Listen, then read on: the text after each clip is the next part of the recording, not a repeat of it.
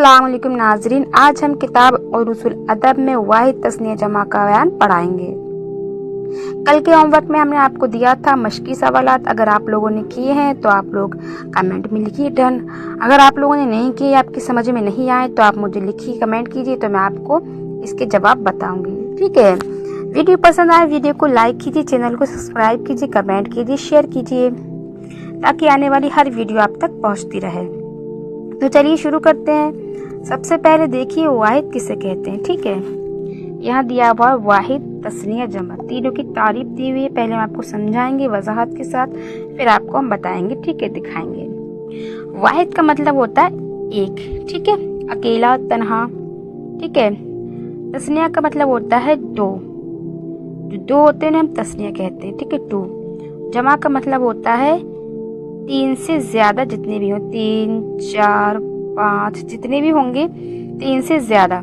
ठीक, 2 से कम तो हमारा एक वाहिद हो गया, 3 से ज्यादा जो है हमारे वो क्या है, जमा। और तस्नीया सिर्फ 2 ही होते हैं। ठीक है, तो अरबी में भी जिस तरीके से हमारा उर्दू में है वाहिद, हम क्या कहते हैं, अरबी में कहते हैं वाहिद तस्नीया जमा। जैसे हमारा 1, 2, 3 होता है, ऐसे ही। तो जैसे हम उसमें लिखते हैं मैथ में, ठीक है, 1, 2, 3 हमारा इंग्लिश में होता है 1 ONE 1 TW2। ठीक, ऐसे ही हमारा क्या कहते हैं अरबी में होता है कलम। कलम का मतलब होता है एक कलम हो गया, एक पेन। ठीक है, अब हमने इसे लफ्ज है, लफ्ज का मतलब होता है एक लफ्ज, हमने इसको क्या कह दिया, कलम को कलामानी। ठीक है, जैसे कि हमने कहा 1, 2, तो हम कलामानी कहेंगे तो इसका मतलब हो जाएगा 2 कलम। ठीक है, ऐसे कहेंगे हम कलम को क्या कह देंगे, अकलामुन, तो इसका मतलब हो जाएगा कई, बहुत से कलम। ठीक है, इसकी भी और जो अरबी है इसकी भी काउंटिंग होती है। ठीक है, जैसे 1, 2, 3, 4, 5 होता है, ऐसे ही वाहिद तस्नीया जमा। ठीक है, वाहिदुन इस्नानी, ठीक है, अरबाउना, सब इस तरीके से सारी होती है। आगे आपको आएगा तो हम पूरा चार्ट दिखाएंगे। अगर आप लोग को अभी चाहिए तो आप कमेंट में लिखिए, तो मैं आपको कल ही इसका क्या कहते हैं पूरा चार्ट दिखा दूंगी, इसके बारे में पूरा बता दूंगी। तो आप पहले समझे वाहिद किसे कहते हैं। तो वाहिद तारीफ देखें, वाहिद वो लफ्ज है जिसको सुनकर एक तरह की कोई एक चीज समझी जाए। एक शय मतलब चीज। वाहिद वो लफ्ज है जिसको सुनकर एक तरह की कोई एक चीज समझी जाए, एक शय। ठीक है, जैसे एग्जाम्पल दे रहे हैं कलमुन। ठीक है, कलम का मतलब बता दे एक कलम। अगर हम किसी से कहेंगे कलमुन तो इसका मतलब होगा एक कलम मांग रहे हैं उससे। हम कहेंगे लफ्जुन एक लफ्ज, किताबुन एक किताब, वलदुन एक लड़का। ठीक, ये आपको याद करना पड़ेंगे जिस तरीके से आपको याद आप करते हैं सिंगुलर, प्लूरल। ठीक है, इसी तरीके से होता है वाहिद और जमा। ठीक, तस्निया भी हमारा इसी होता है, तो आपको ये याद करना है कलम। अब कलम की तस्निया क्या है, वो लफ्ज है, तस्निया की तारीफ क्या बता रहे हैं, वो लफ्ज है जिसको सुनकर एक तरह की 2 चीजें समझी जाएं। ठीक है, कलमुन हमारा क्या है, एक है। अब कलामानी क्या कर दिया, हमारे 2। ठीक है, 2 कर दिए। जिससे हमारा कलम है, कलम में हमने क्या लगा दिया, अलिफ और नून लगा दिया, ये अलामत तस्निया हम आगे बताएंगे आपको, अभी इतना समझे इतना बता रहे हैं। कलामानी, ठीक है, 2 कलम, लफ्जानी 2 लफ्ज, किताबानी 2 किताब, वलदानी 2 लड़के। ऐसे हमारा जमा है। तो ये आपको याद रहेगा तभी आपकी समझ में आएगा। जैसे हो गया हमारा जमा। ठीक है, जैसे अल्फाज मानी याद करते हैं आप, वर्ड मीनिंग याद करते हैं, वैसे वाहिद तस्नीया जमा भी आपको याद करनी पड़ेगी कि किसकी जमा क्या आती है। वो लफ्ज है जिसको सुनकर, जमा क्या है, जमा वो लफ्ज है जिसको सुनकर एक तरह की कई चीजें समझी जाएं। जैसे अक़लामुन क्या है, अक़लामुन, अल्फाजुन, कुतुबुन, औलादुन, विल्दानुन। ठीक है, ये अगर वाहिद के हमने कहा कि कलम की जमा क्या है तो आप कहेंगे अक़लाम। अगर हमने कहा लफ्ज की जमा क्या है तो आप कहेंगे अल्फाजुन। तो ये आपको याद होना चाहिए। ठीक है, जब आप अरबी बुक पढ़ेंगे तो उसमें ऐसे ही आएगा, जैसे हादा कलमुन, तो आप कहेंगे हादा का ये होता है, कलमुन का एक कलम, ये एक कलम है। ठीक है, ऐसे हादा अक़लामुन आ जाएगा, तो आपको पहचानना पड़ेगा कि अक़लामुन है कि एक का तर्जुमा लगाएं, कि हम जमा का तर्जुमा लगाएं किताबुन, या फिर हम क्या कहते हैं कलामानी होगा तो 2 का तर्जुमा लगाएं। ठीक है, ये चीज आपको याद होगी तभी आपकी समझ में आएगी। बात आ गई समझ में। अभी यह हमने आपको फारसी तस्हील पढ़ाई थी। ठीक है, तो उसमें हमने आपको बताया था कि फेले मादी के कितने सेगे आते हैं, 6। ठीक है, तस्हील में कितने आते हैं, 6।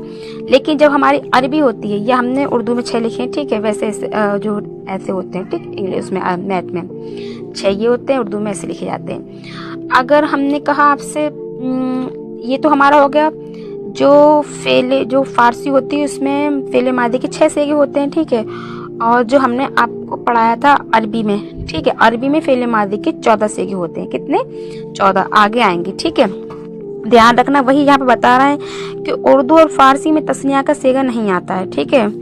तस्निया का सेगा उर्दू और फारसी में नहीं आता, बल्कि किस में आता? अरबी में आता, इसीलिए उसके कितने 14 सेगे हो जाते हैं, ठीक है। क्योंकि उर्दू फारसी वाले एक चीज के लिए वाहिद का सेगा और एक से ज्यादा के लिए जमा का इस्तेमाल बोलते हैं, लेकिन अरबी में 2 के लिए तस्निया का लफ्ज और उर्दू में क्या होता है? 2 से ज्यादा के लिए जमा का इस्तेमाल किया जाता है। यही बात समझा रहा है, ठीक है, जो हमने आपको बताई।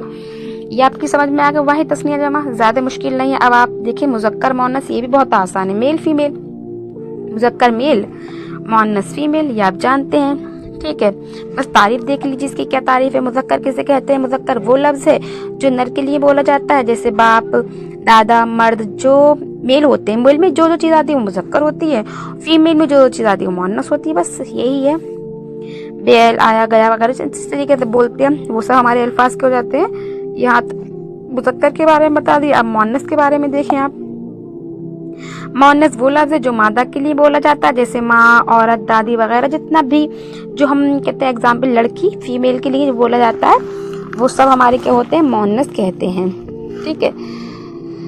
अब बात बता रहे हैं, जैसे कि अब हमने ये चीज तो आपको बता दी, ये सब मुअन्नस के अल्फाज कैसे होते हैं, ठीक है।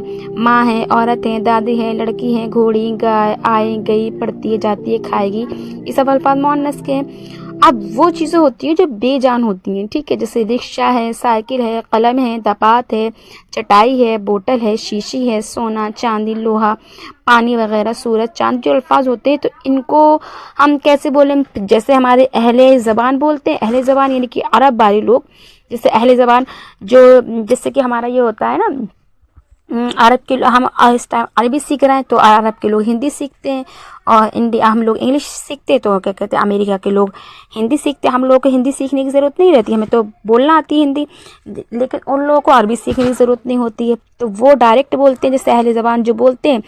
अब जैसे कि ये देखें आप, ये लिखा हुआ है, वाज़ेह हुआ कि जो बेजान चीज़ें उनके लिए, अब जो बेजान चीज़ें उन्हें हम क्या बोलेंगे? मसलन रिक्शा है, साइकिल है, कलम है, दवात है, चटाई है, टाट है, बोतल है, शीशी है वगैरह है।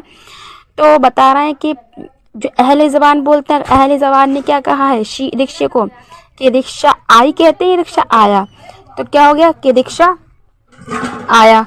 साइकिल क्या हो गई? साइकिल गई। तो यानी हम लोग भी वही बोलते हैं, हम लोग भी क्या करते हैं? वही बोलते हैं। यही बताना चाह रहे हैं कि जो अहले ज़बान बोलेंगे वही हम लोगों को बोलना पड़ेगा। जैसे पानी बहता है, तो पानी क्या मुज़क्कर है मुअन्नस है? तो पानी बहता है, ठीक है। अब अहले ज़बान ने इसको बोल दिया पानी बहता है, ये देखें, तो यहाँ पर क्या हो गया कि पानी बह रहा है, तो यानी कि मुज़क्कर है। इसी तरीके से पूरा आपको देख लेना है। वीडियो पसंद आए वीडियो को लाइक कीजिए, चैनल को सब्सक्राइब कीजिए, कमेंट कीजिए, शेयर कीजिए। कल मिलते हैं, अल्लाह हाफिज़।